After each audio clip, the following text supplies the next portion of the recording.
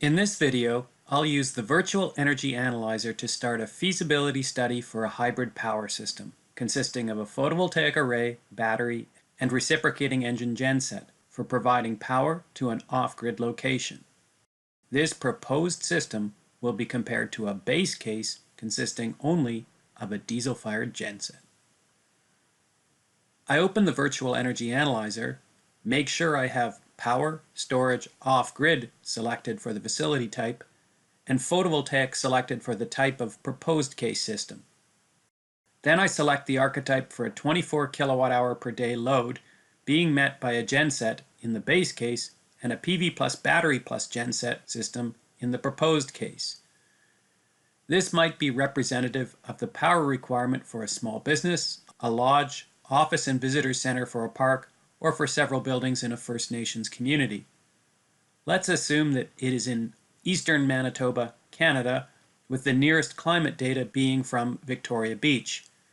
I search for that location and click Calculate. RETScreen then configures inputs for this analysis. We find climate data for this site on the Location worksheet. On the Facility worksheet, we can confirm that RETScreen is configured for a study of the feasibility of substituting photovoltaics for a genset-only system. I could fill the other inputs on the Facility worksheet if I desired, but I am more interested in looking at the Energy worksheet. At the bottom of the Energy worksheet, there is a description of the assumptions made when creating the archetype. For electricity and fuels, the only information of relevance is that the diesel fuel consumed by the genset in both the base and the proposed case costs $1.20 per liter. Natural gas and electricity are listed here, but they are not used anywhere within the analysis.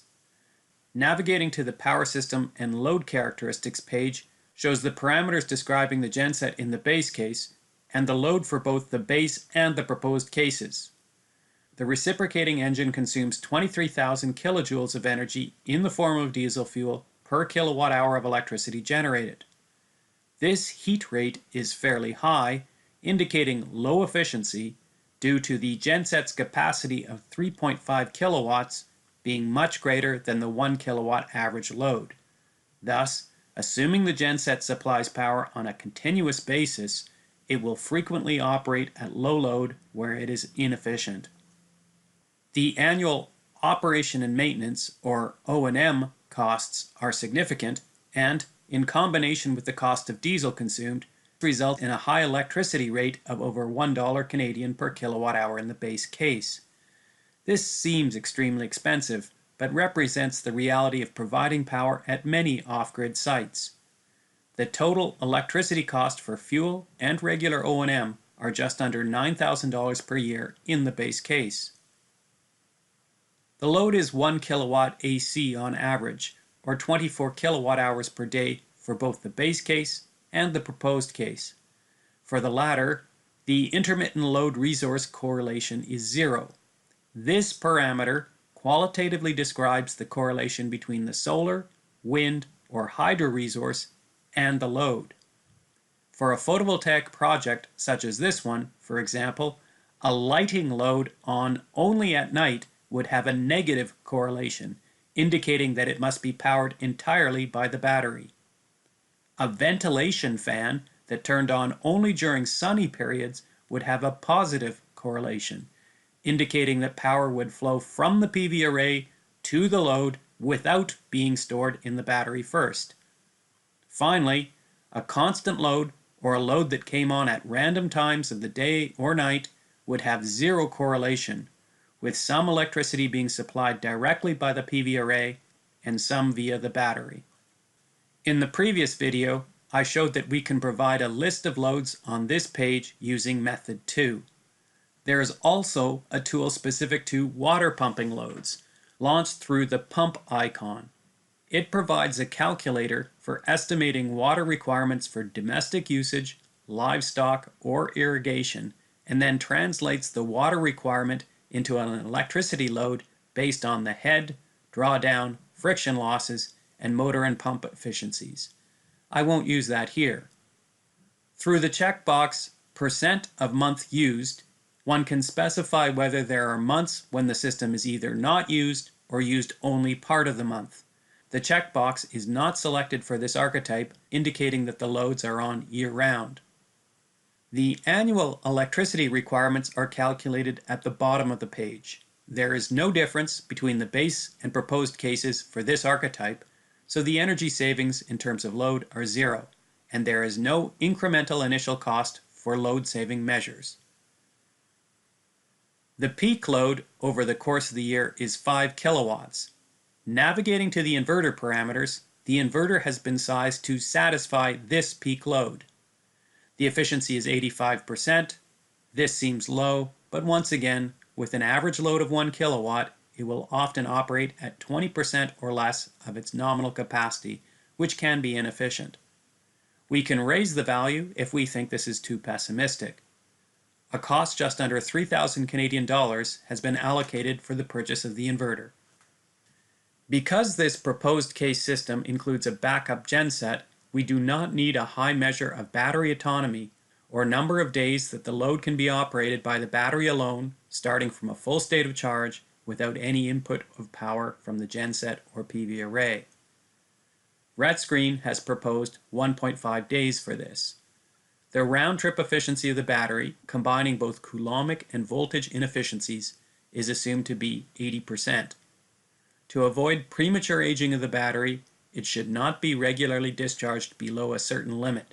Here, the limit has been set to 50%. The charge controller has minimal losses associated with it.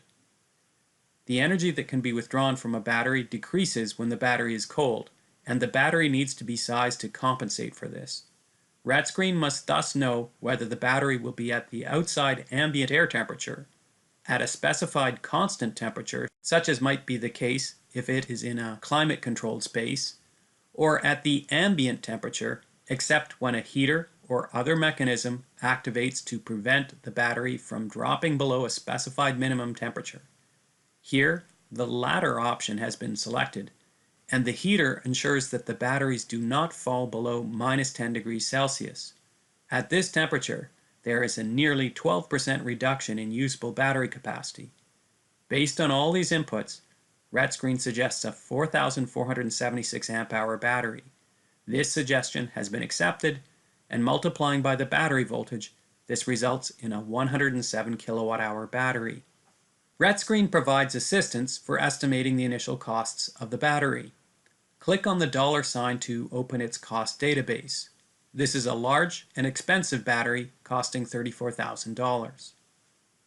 Navigating to the photovoltaic array itself, we see that RETScreen has proposed a south-facing array fixed in place at a slope of 63 degrees to the horizontal. This slope is almost 15 degrees higher than the site latitude, favoring wintertime generation when the sun is low in the sky.